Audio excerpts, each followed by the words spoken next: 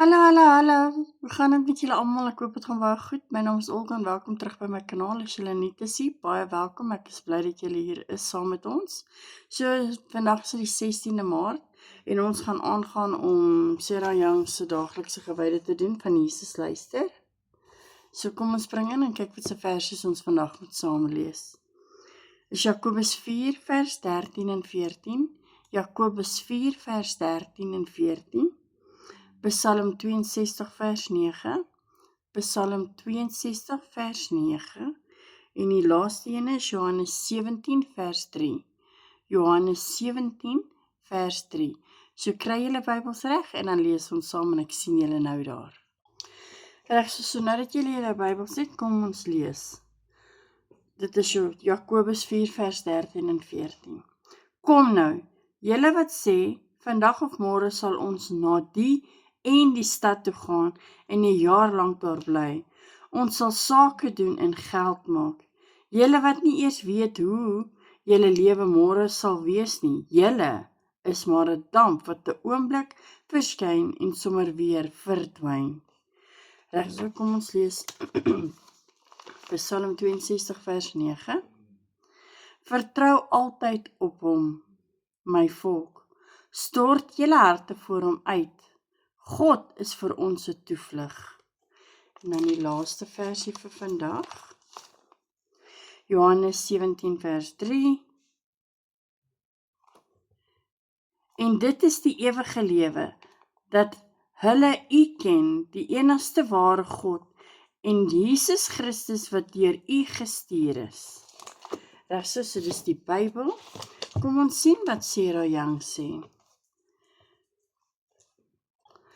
Soewereine God, ek wil die illusie dat ek in beheer is van my lewe laat vaar. Wanneer dinge glad verloop, is dit moontlik om te voel ek is in beheer. Maar hoe langer ek myself as my eie baas sien en hoe gemakliker ek in die rol word, hoe groter raak die gevaar. Ek kan tye wanneer dit goed gaan geniet en daarvoor dankbaar wees. Ek moet egter waak dat ek nie verslaaf raak aan die gevoel van beheer oor my lewe nie en dit nie as die normale beskou nie. Ek het uit ervaring geleer dat daar weer storms sal kom en dat onsekere tye op die horison sal opdoem. As ek aan beheer vasklou en voel ek is geregtig daarop dat dinge volgens my planne verloop, is dit waarskynlik dat ek in die afdryfstand van probleme sal wegsink wanneer ek dit teekom. Help my om ten alle tye op U te vertrou, om my hart voor U uit te stort, want U is my toevlug. Dankie dat U teëspoed gebruik om my te bevry van die illusie dat ek in beheer is, wanneer my omstandighede en my toekoms onseker is. Kan ek na U toe vlug en by U skuil? Ek wil my sekerheid daarin vind om U te ken, die Here wat die oppermagte is oor my lewe, oor alles. In U groot naam Jesus. Amen.